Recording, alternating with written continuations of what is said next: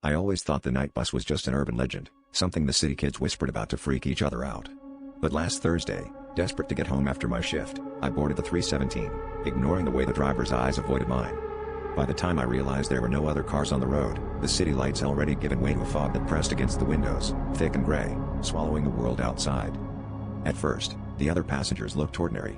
A woman with a heavy coat, a teenage boy scrolling on his phone, an old man asleep by the window.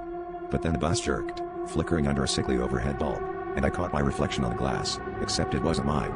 It was the woman's, her eyes wide and terrified, but the face unmistakably my own.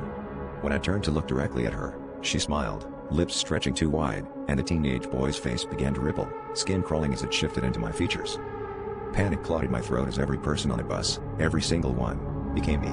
Not just my face, but my mannerisms, my nervous tapping, even the way I fiddled with the strap of my bag.